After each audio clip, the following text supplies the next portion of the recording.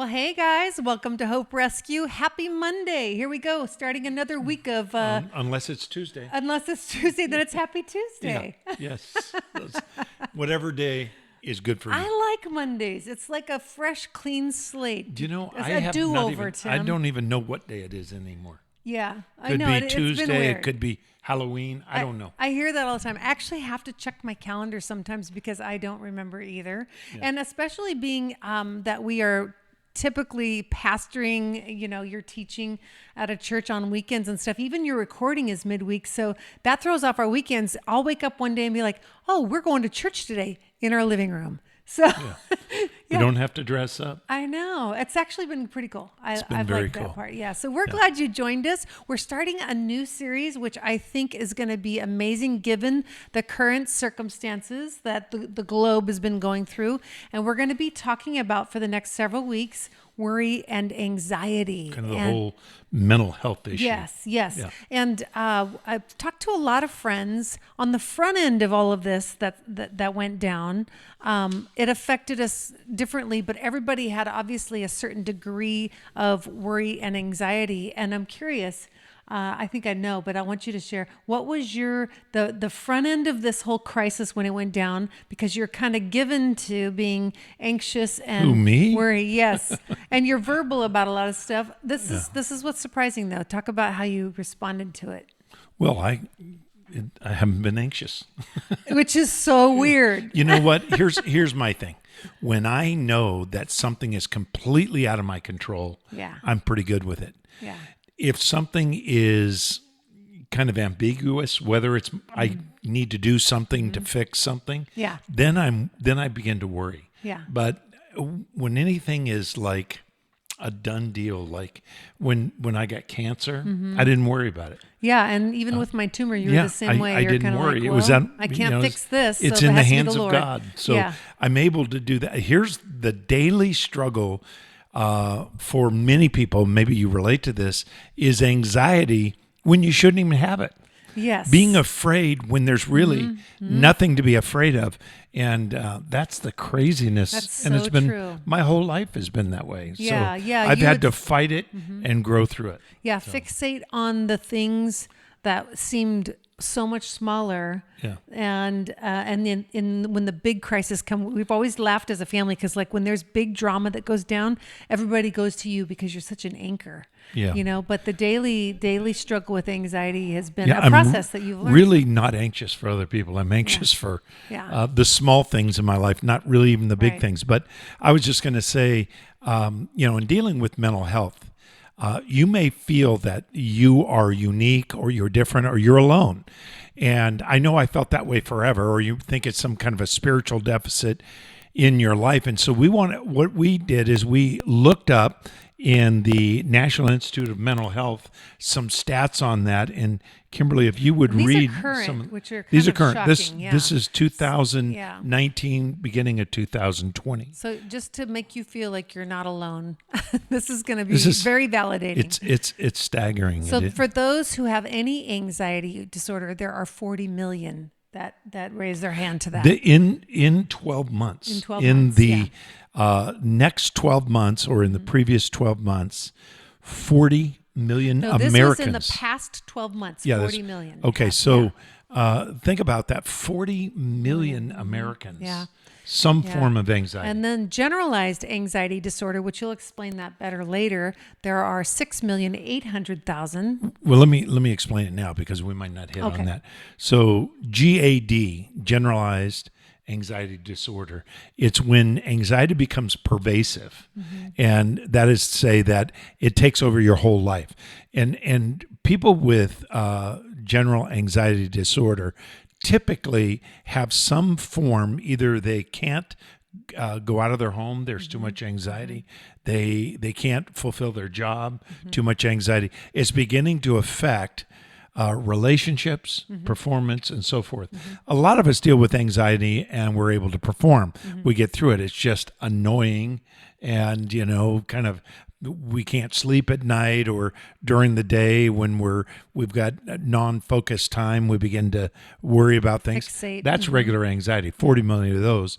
6.8 million are people that have, it's disabling, it's Yes. pervasive, it's Yeah. through their whole system. Generally all over. Right. Yeah. And then the next is obsessive compulsive disorder. I There know are nothing about that. 2,200,000. We watched a show last night where there's a gentleman who went through his series of, self-soothing repetitions. How many times he brushes his teeth? Which I don't mock many that strokes? because I think there's a lot of people that struggle with it. And certainly you're given towards being a little bit OCD, which you've admitted to. And let me I'm not making fun of the mental disorder or the pathology of obsessive compulsive disorder. Yes. I really make fun of people who are so committed to their habits and their routines. I'm one of those. But it's a serious thing when it becomes pathological. It becomes really Takes disabling. control. Yeah. Somebody that has to have, their keys in a certain place and, their toothbrush in a right place and everything matches, or having your sweaters and, stacked perfectly, or color code your, Are you testifying right now? I'm testifying. Those are, that's just godliness. Yeah. That's just the way Jesus would want it. What would Jesus do? He would organize his clothes. I feel like Jesus had a very free spirit vibe kind of about him, No, I don't think he so. He was like hair blown in the wind, rocking his long hair and his dress and the love beads. I felt that's what I'm feeling Jesus love was like. beads. Yeah. Jesus and love beads. I think you're mixing him up with the Jesus movement of the 60s. I don't but think he anyway. was compulsive, obsessive compulsive. Oh, I'm for sure he wasn't, but I am. Just a little. All right. Just a smidge. Yeah. Okay, so the next is panic disorder. 6 million people this last year have struggled with panic disorder. And in a few weeks, we're going to do a whole series on mental illness and mental health issues and so forth, and just some emotional issues. And one of those is panic disorders. We're going to talk about how to identify what a panic disorder is and what you can do about it and what Scripture has to say about it. So how many? 6 million? 6 million. That's a lot. And this is a big one, post-traumatic stress disorder, 7,700,000. I would think it would even be more than that. Yeah. If you've been through a very difficult situation, and, my father was in World War II, and, he got out of the war, at the end of the war. He was in the South Pacific, hit several beachheads, and he came out of the war with these emotional extremes, had no idea what it was. Sure. In World War I, they called it shell shock. I said it was World War II. World War II, they called it battle fatigue. And then they got smart about it. Vietnam, they started talking about this post-traumatic stress disorder. Yes. And a lot of people have it. You don't have to be in war to have it. You could have that from a bad marriage, trauma, or an abusive childhood. childhood. Yeah. So we'll be talking about that. And then the last is social phobia. And there are 15 million people this last year that have struggled with social phobias. This is going to be fun to unpack in the sense that I think it's going to be eye-opening. Yeah. Here, let me explain something I think is very important. These mental health challenges, it's not like a toggle switch, like your light switch is, it's either on or off. It's not like, what was the last one that you shared there? Social phobia. Yeah, social phobia. So, for example, there are people that don't want to be in a social environment because it drains them. And it actually creates fear that they're going to lose their energy. Right. And it happens to people that are introverted. Yeah, you're either fueled by people or you're drained by people. But then there are some people that have such social anxiety.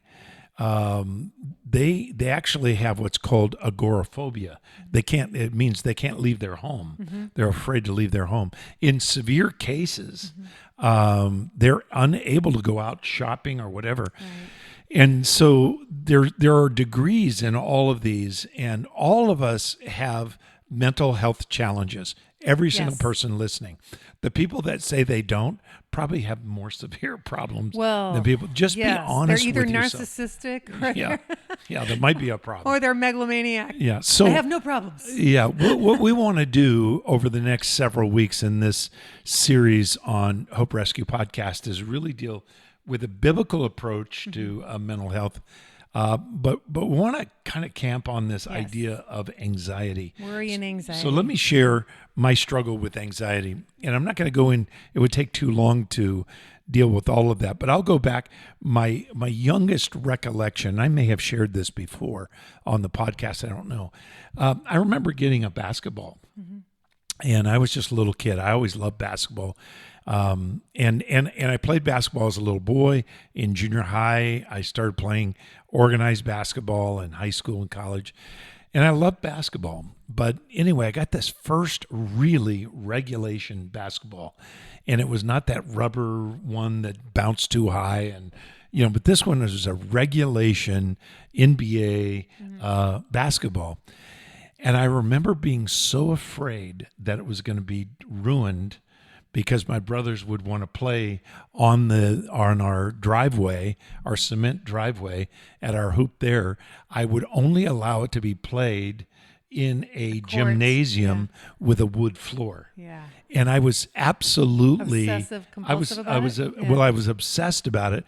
And I was really anxious that somebody was going to get it. So that fear was, and so I had this even as a little boy. How old were you? I was probably 10. And even before that, Here's your I have sign. recollections of being anxious. Yeah. And I remember when it became a real issue when I was an adult and I'm married and have children and I'm realizing I'm having some anxiety.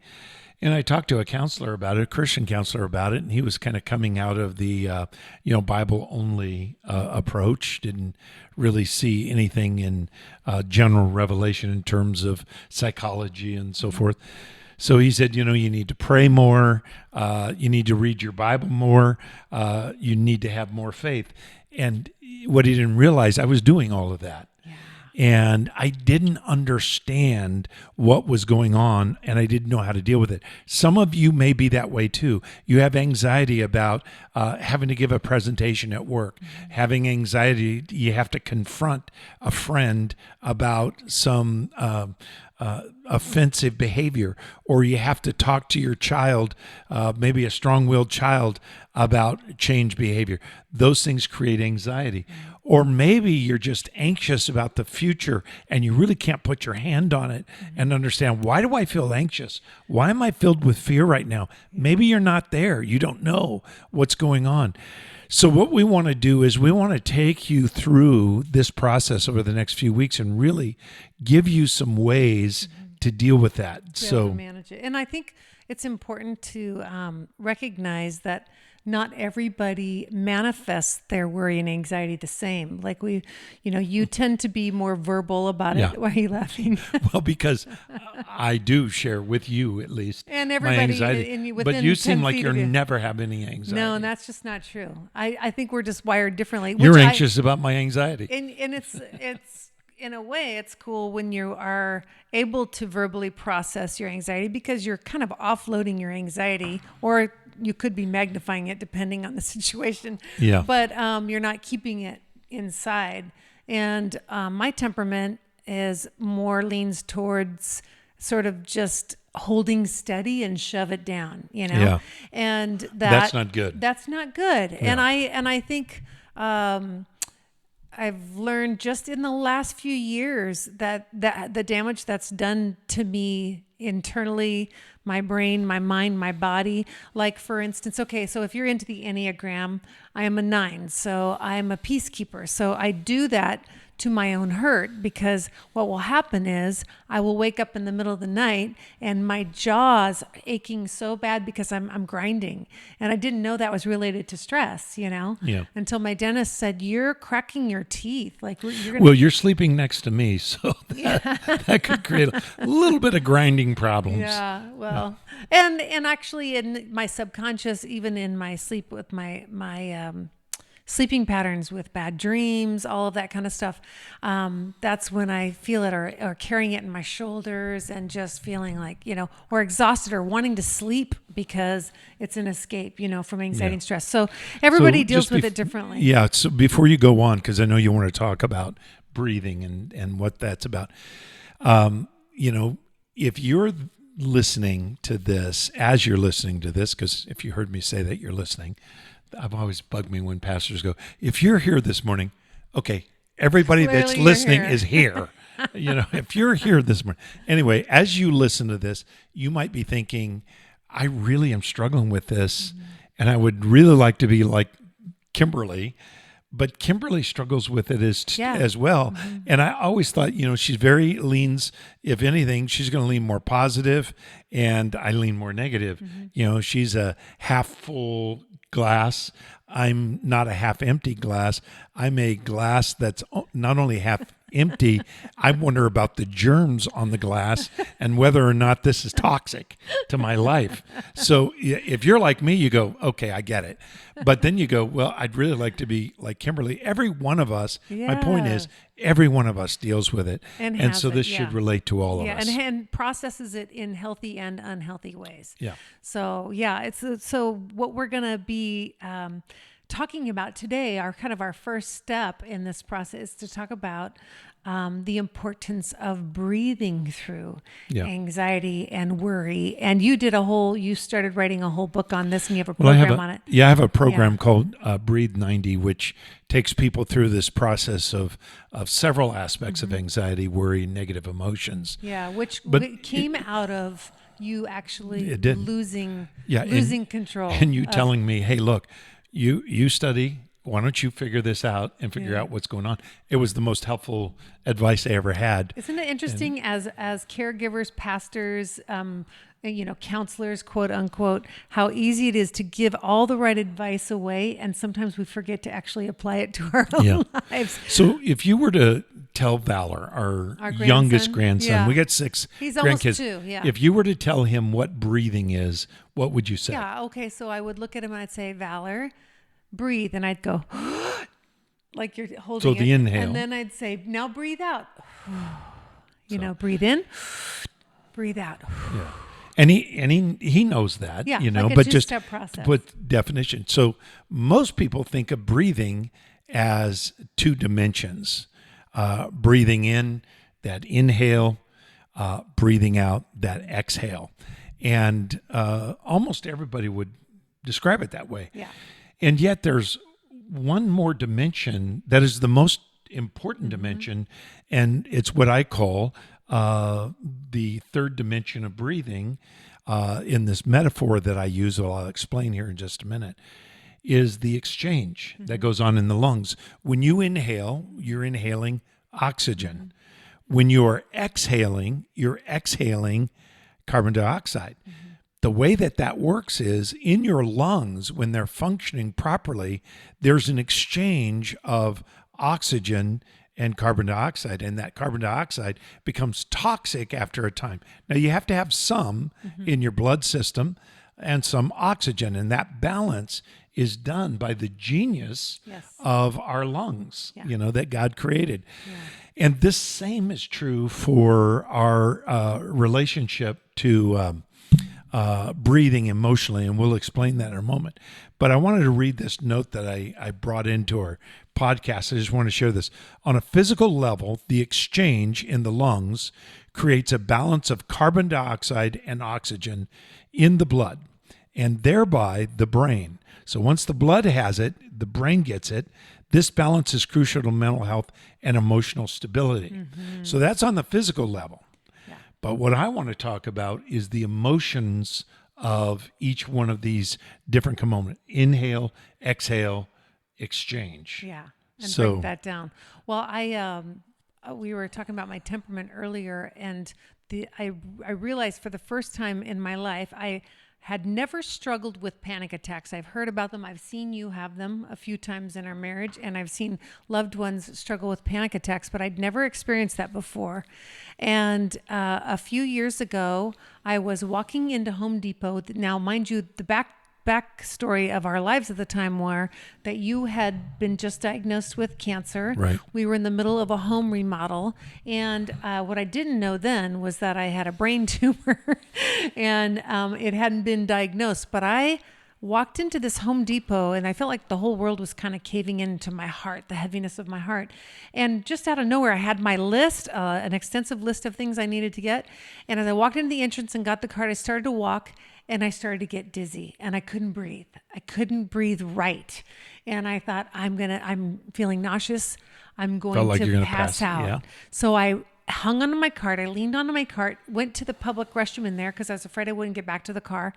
Went into a stall and put my head in my hands. And then I grabbed my phone. I was shaking and called you. And I said, I don't know what's going on, but these are my symptoms. And I'm trying to like not lose it completely in the bathroom. And I'll never forget, you were so Tim on the phone. If anybody's been in a crisis and knows Tim, he just like took control of that situation. He says, okay, this is what I want you to do. I want you to breathe in, and you'd say, have me hold it for like 4 seconds and then exhale for 4 seconds with you. And you got me out of that bathroom into the car. You had me walk out like every step of the way. You're giving me direction. Sat in my car, waited for my system to settle down and until I was able to safely drive home. And I had never, my heart after that for people who suffer with panic attacks, I have great empathy for because it was debilitating. Yeah, it's I scary. haven't had one since. Yeah. But I realized the power and the recognize the importance of learning to breathe in those moments. Truly learn to breathe. Yeah.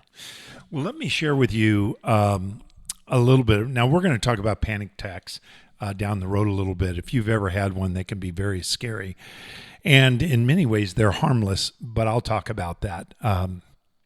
Here's what I want you to understand about breathing. First of all, there's two ways in which people breathe. There's thoracic breathing. That's breathing up here, shallow breathing. It's all up in here. Your throat. And it's in your throat. And if you do that too long, you will actually hyperventilate and you'll get dizzy.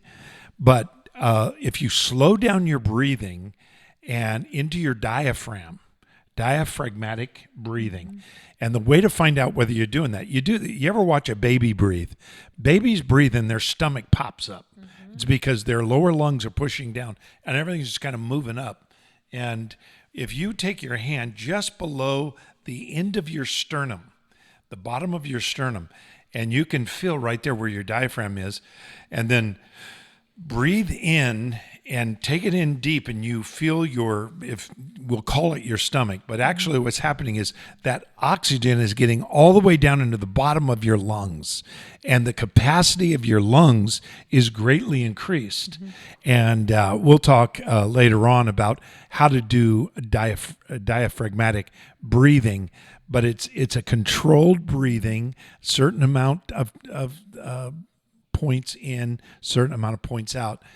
But what I want to talk about is the metaphor. And the metaphor, think of 3 dimensions of breathing: inhale, exhale, and exchange. So the first one, inhale. This is what we'd say my environment. Now, we were all raised in different environments. Some were in abusive homes. That affects the way you think. And so that inhale is your environment. Or maybe you're in a toxic relationship with friends right now, or with a spouse right now who's toxic, or maybe you have a child that's toxic, or coworkers. And so that is creating this environment. It's affecting your breathe, what comes into your being. So when you breathe oxygen, good fresh oxygen, physically you're getting healthy input. Emotionally and socially, what's happening is when you breathe in toxic relationships, it's going to affect the way you think and behave. The second one is exhale. It's your actions, my actions. It's how I respond, acting out in unhealthy ways in the pursuit of self-protection or self-promotion. This includes things like drugs, alcohol abuse, sexual deviancy, gossiping, eating disorders, all these kinds of different ways that we breathe out. That is our behavior, how we act out. The exchange is the way we think and believe. So physically, again, the oxygen and carbon dioxide are being exchanged to keep your blood healthy. But emotionally, what happens is we have to get into a place where we replace the lies that we're believing, like you're worthless, you have no added value in your company or in your family, you're unattractive, you're unwanted, you're unloved. Those are lies. And you need to get truth. And that's why transformation of your life comes through the transformation of your mind. And we'll talk about that next time. But you have to understand that people think of themselves, and even their self-talk becomes one that is just riddled with negative thoughts. And we've got to change that, believing truth. Now, not things that are not true, but actual truth. Don't tell yourself you're the greatest of all time, because you aren't the greatest of all time. But that you are more valuable than you've been lying to yourself. You're enough. And you are deeply loved by God. And you need to be around people that affirm your value as a human being. We're kind of out of time, but I just want to share real quickly. There are triggers, what I call TNTs, triggered negative thoughts. These triggered negative thoughts, there are triggers. So, for example, we have a dog that we got this dog, and what's the first thing she does when Malachi walks in? Oh, she just barks incessantly. And we think it's because it was somebody with a hat on. Yeah, because she reacts like that to anybody with a baseball hat on, a male figure with a baseball hat. And she just goes crazy. And it's possible that's a trigger for her. Yeah. We human beings are the same way. We have triggers. Somebody will say something, they mean nothing by it. But we have, in our experience, in our inhale, in our past, our environment, we have found ourselves completely triggered at that moment. And those triggers cause us to fall right back into those negative thoughts. So what we want to do next time is we want to unpack that and really begin to talk about these triggered negative thinking, triggered negative thoughts, and how to arrest those, change those so that we can live more free. Yeah, I'm excited about this series. Yeah, it's going to be good. Mental health, obviously, is something that historically in the church 60, 70 years ago, we didn't talk about it. And when I was a kid, it was just believe more, pray more, and so forth. But the reality is that you really need to understand how to transform your thinking so you gain the power back. So this is what we're going to be talking about the next several weeks. I hope you hang with us. Invite a friend. Thanks for listening to Hope Rescue. God bless you. We'll see you next week. Bye, guys.